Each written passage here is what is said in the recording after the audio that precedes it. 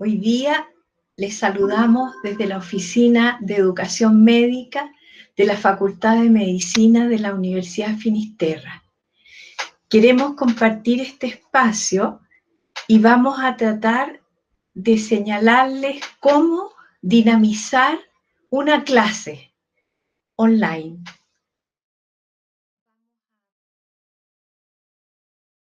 Bien, ¿qué es lo que nos ha parecido interesante compartir con ustedes brevemente? En primer lugar, tener en consideración que una clase, aun cuando sea online, siempre es una clase, aunque parezca redundante. Y esto lo digo porque esto es independiente del formato que esta clase tenga, siempre tiene una estructura. En Ciencias de la Salud, la clase es en aula, pero también puede ser en un espacio de clínica, también puede ser en otros tipos de centros de práctica. Por lo tanto, siempre que se da una relación intencionada entre un docente y estudiantes para compartir una meta de aprendizaje, estamos hablando de una clase. Y por eso inicio este compartir con esta suerte de eslogan: una clase es siempre una clase. Y como tal, tiene una estructura. ¿Cuál es esta estructura, por lo tanto, en una clase online? Que es otro tipo de espacio al que no estábamos acostumbrados. Igual debe tener un inicio, un desarrollo y un cierre. ¿Por qué un inicio? Porque igual como en un espacio de aula o como en un espacio de tutoría clínica, en el inicio hay que construir la intencionalidad. ¿Y eso qué significa? Significa que debemos dar a conocer a nuestros estudiantes qué resultados de aprendizaje quisiéramos que ellos tuviesen en ese espacio que vamos a compartir. Esa es la construcción de la intencionalidad, pero no termina ahí, porque en Ciencias de la Salud lo más importante es estimular el pensamiento, el razonamiento de nuestros estudiantes. Y para eso hay que utilizar ciertos recursos. Hoy día, el tema y por lo tanto la meta de este pequeño espacio que vamos a compartir con ustedes desde la OFEM es la pregunta como el gran recurso que los académicos deberíamos usar cuando estamos trabajando online. Pero la clase también tiene un desarrollo. Y obviamente en este desarrollo, si nuestra meta es estimular razonamiento, también la pregunta tiene un realce. Y hay diferentes tipos de preguntas para darle realce a distintos tipos de pensamiento. Y finalmente, toda clase debe tener un cierre. Y alguien podría preguntarse, ¿y al cierre también podríamos adjudicarle una pregunta? Y la respuesta definitiva es sí. También en el cierre, la pregunta tiene su espacio. Por lo tanto, hoy día la pregunta va a ser protagonista.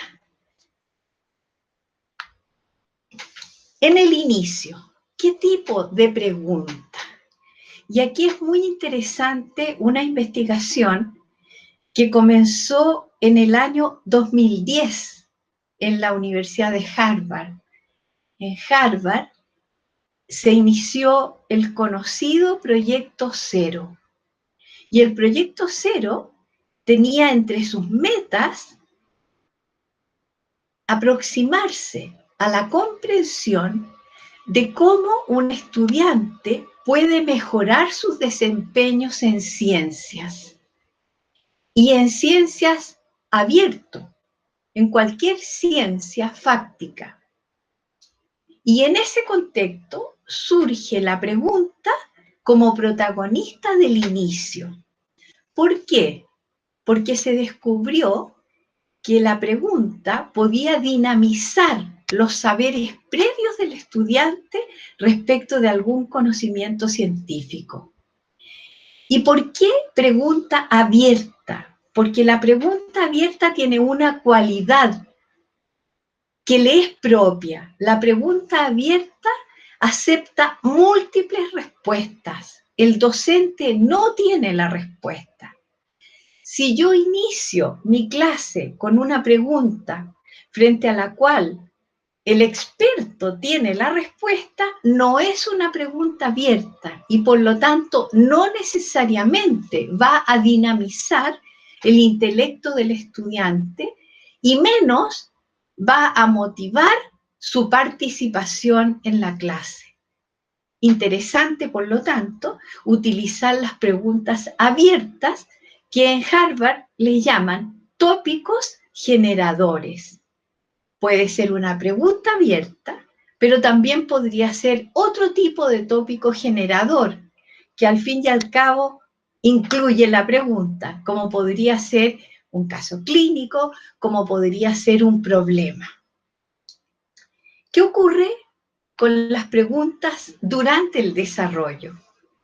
Durante el desarrollo, deberíamos utilizar en una clase online las preguntas que se denominan intercaladas. ¿Qué es lo propio de una pregunta intercalada?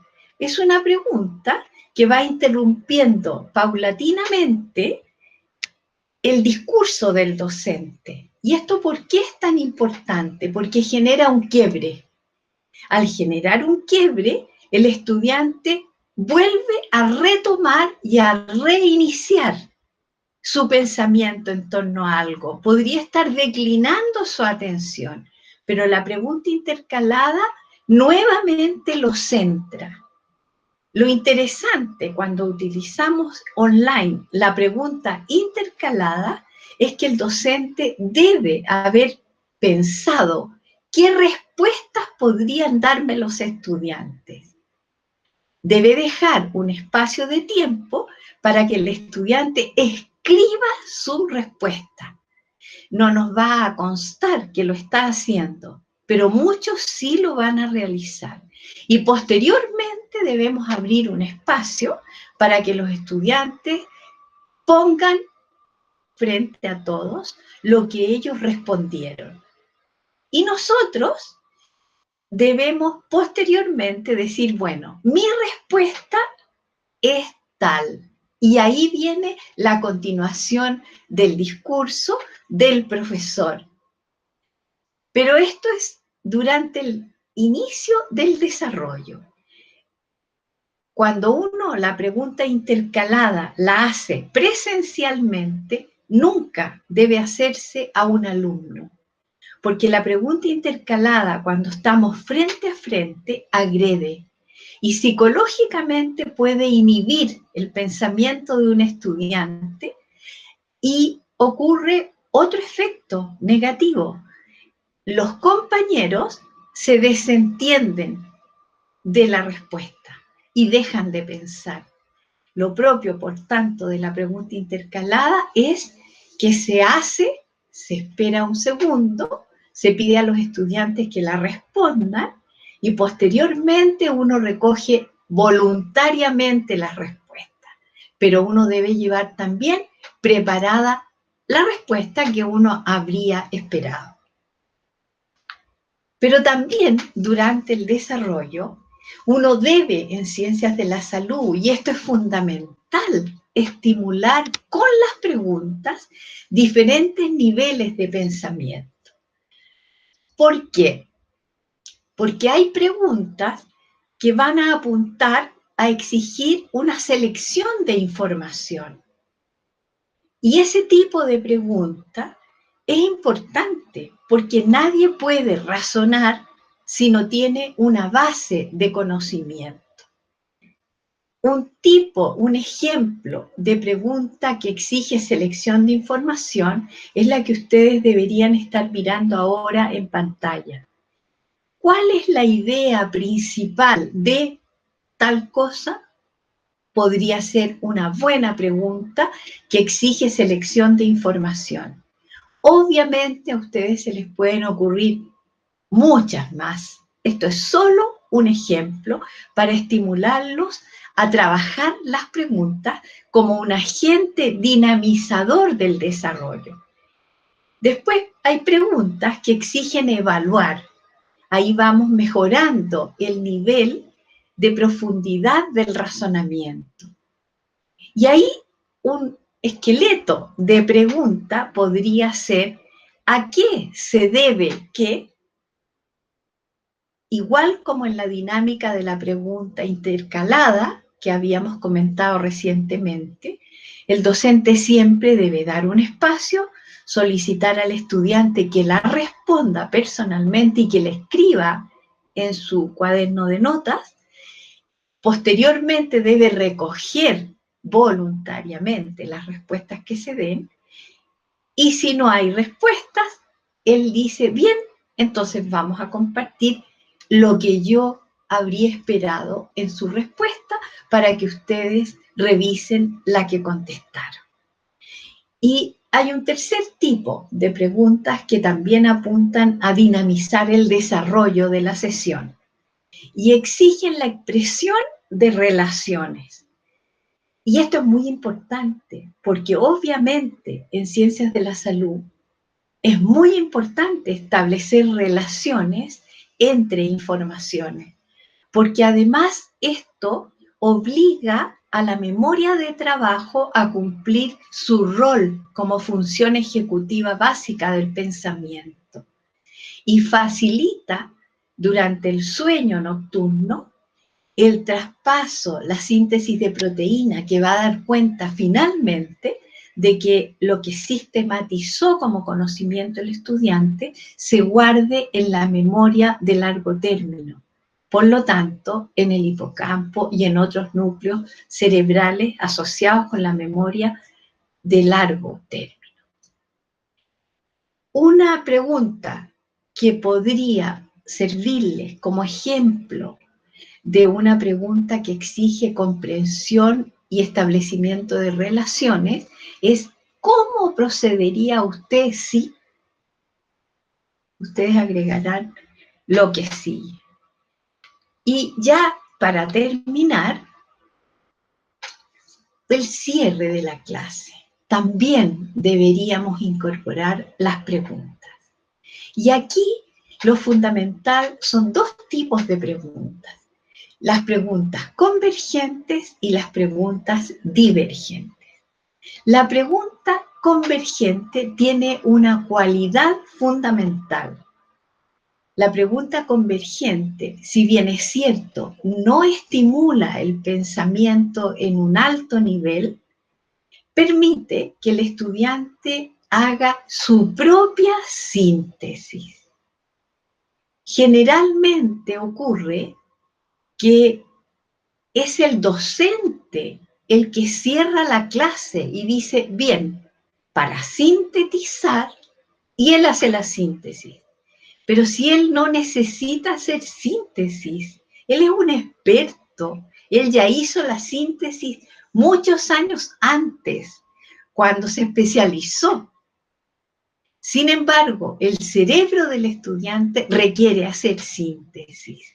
Y una pregunta convergente podría ser la siguiente: ¿cuáles serían los conceptos principales y las relaciones que ustedes establecerían al cierre de esta clase?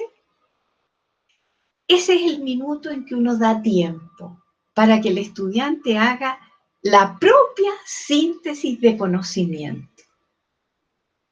¿Qué está pasando con el pensamiento del estudiante en ese minuto? En primer lugar, está autorregulándose. Por lo tanto, está ejecutando una función importantísima del pensamiento, que es la autorregulación del aprendizaje. Pero eso no puede quedar ahí. Tenemos que dar una pregunta divergente. Y la pregunta divergente tiene que ser de apertura, y por lo tanto ellos ya tienen una síntesis.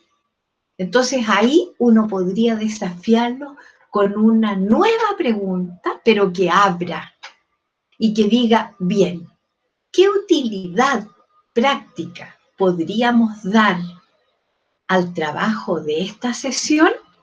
Y con eso ustedes terminan su clase y la cierran. Igual que yo, les quiero agradecer por este espacio de atención y espero que enriquezca su metodología de trabajo online.